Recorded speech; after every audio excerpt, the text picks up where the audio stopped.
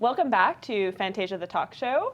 Today on the show we have the makers of Porno, a really fun teen sex comedy where a bunch of teens are locked in a movie theater. It's very educational, it's very fun, and it's a little bit sexy. I'd like to welcome Keola Racela. Sorry. You did it, it's fine. Keola Racela, Matt Black, and Laurence Vannicelli.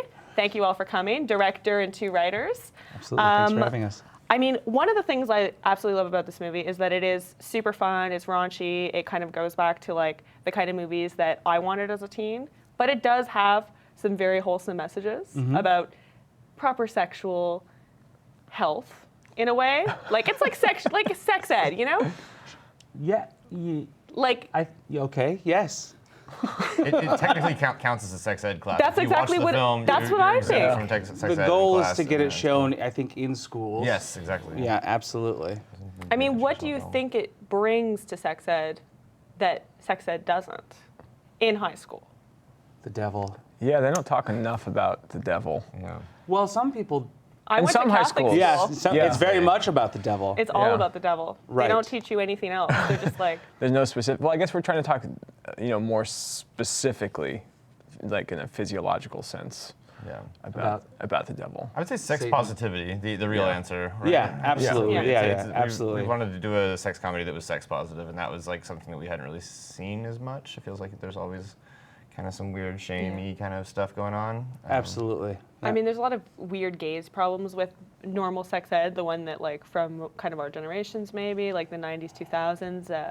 It's only very recently that we're kind of seeing this shift where it's like, no, like, it doesn't have to be, like, this American puritanical thing. Right. How do you kind of overcome, like, the biases of what you were watching? I think there's been some decent models as of late, right? I mean, like I think like Booksmart's a great example. Absolutely. What was the other? Blockers is a really great like sex comedy that had sex positive messages. But yeah, you grow up on Revenge of the Nerds and you watch that movie now and it's like there's like genuinely like sexual assault in that movie, like played for a joke, and so it's pretty messed up. Pretty horrific. Yeah, even Superbad.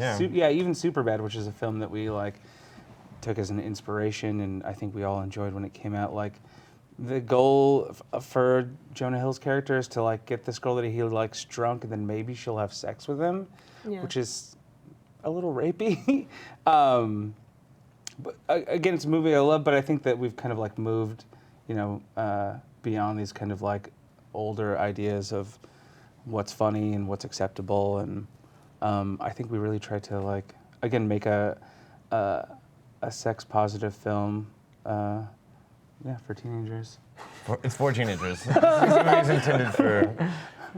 I mean, Yeah. and what was the genesis of the idea in the first place? Like, you are the director and you're the writers. At what point are you kind of working together, and when did you decide to make this particular film?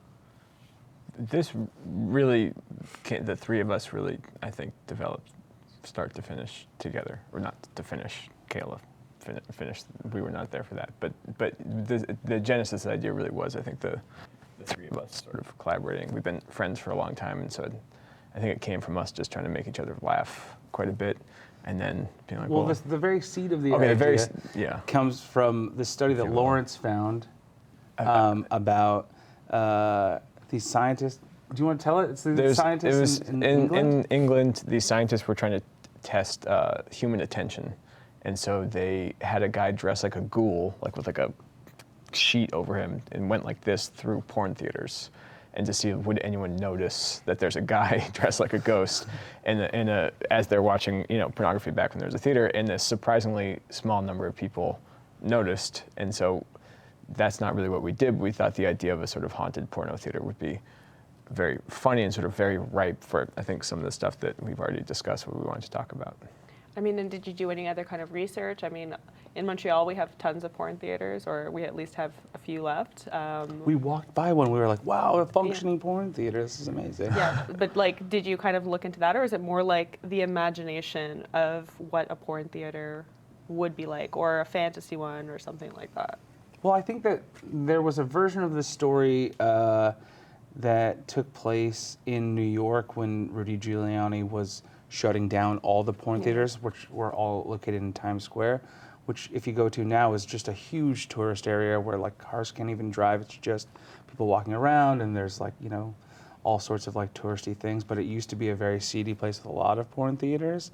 And so I think we were kind of like hearkening back to that era where that was, you know, that was definitely a thing. Yeah, and now in the current version of the movie, the version that exists, it's the porn theater has been covered up and replaced by this sort of normal movie theater, and the porn film has been locked in the basement. So it's like all of this stuff has been like sublimated and hidden and sort of repressed, literally, and like boarded up. So right, yeah, that was kind of the final conception we came up with. And do you think that it's actually possible, like with the idea of kind of unearthing repression, like kind of escaping it? Like, do you feel like that's kind of a part of what you're trying to push people to do? Because repression is inherently destructive, right? Is the devil kind of an incarnation of that? It's an interesting theory.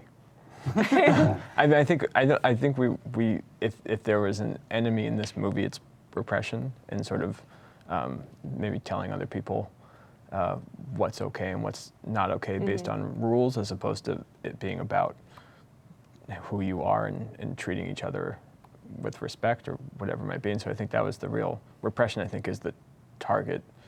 It's the fair way to look at it. Right. I mean, I think there's a tradition, and it's a trope in horror films where sexuality is punished. It's a lot about teenage girls expressing some sort of sexuality and then being murdered, right? Yeah. So we kind of wanted to flip that on its head, and now it's the people who are like oppressing other people's sexuality are the ones who like get their comeuppance in our film. I mean, we are kind of joking that it would be like a sex ed film, but I actually do think that that's a very important message. Yeah, absolutely. Especially young people when you're in that weird transition and you're Right. trying to find who you are. And sexuality is a huge part of that. Right. I think that you guys do an amazing job, so thank you so much. Yeah. And thank you so much for being on our show. I really appreciate it.